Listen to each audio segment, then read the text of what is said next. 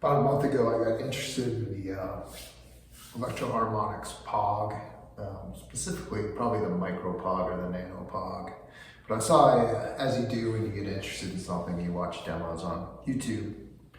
And I saw this, it's kind of old, I think it was made like 8 years ago, but really good demo. I can't remember if it was the Nano or the Micro. Not sure there's a big sonic difference between the two anyway. But the demonstrator played Turn It On Again by Genesis. And it sounded awesome. That kind of got me interested in exploring that song a little bit. Not that I hadn't heard it before, but I never really sat down and tried to kind of learn it. But just that opening chord sequence is really cool. And what I took away from it, long story short, that song kind of inspired what I was trying to do in this little demonstration that I did. It's basically using chord inversions to create some chromatic movement, and that's all over that riff from Genesis, depending on where you play it on the neck. And on a note on that, like the internet seems to be kind of divided as far as the quote unquote right way to play that intro. I'll just say, like, I'm not interested in playing things wrong, but I'm not necessarily interested in playing things quote unquote right. What I'd like to do is just learn enough where I can glean something off of that and add it to my technique and maybe come up with something creative.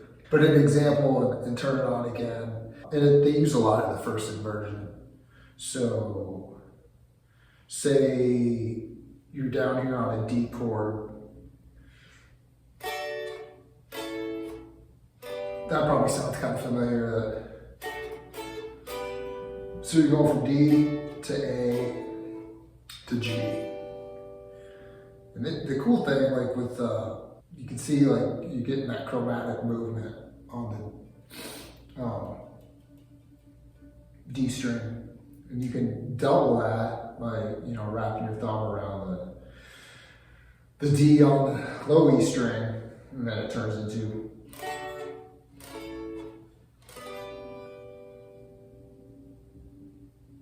So what I did in my little bit is I'm basically going from B to F sharp to A to E. There's a lot of ways to play that, obviously.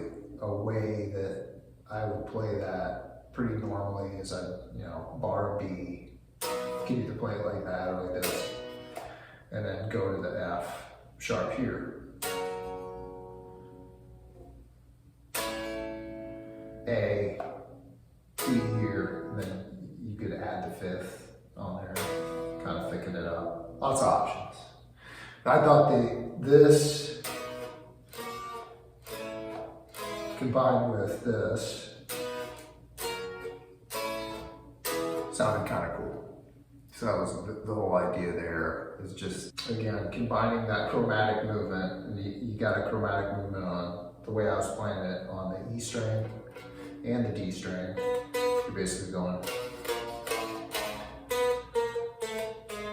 create some nice movement against this, in my opinion. So yeah, that first inversion, all you're doing is putting the third in the bass as opposed to the first. So in this next example, what you're going to hear in the recording is basically did the same thing. I played, this is just EGA, played like this.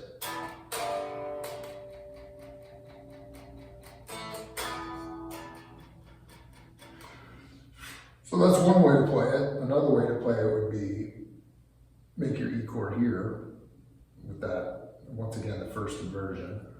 Well, I don't know if it's the first inversion in this case.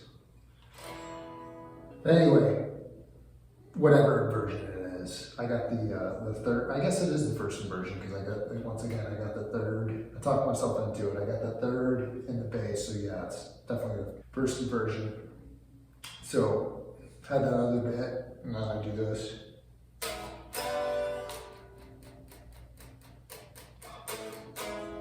Once again, you get that chromatic movement on the E string. And then you kind of have some harmony because you're playing and you're also playing. Here's what that sounds like played together.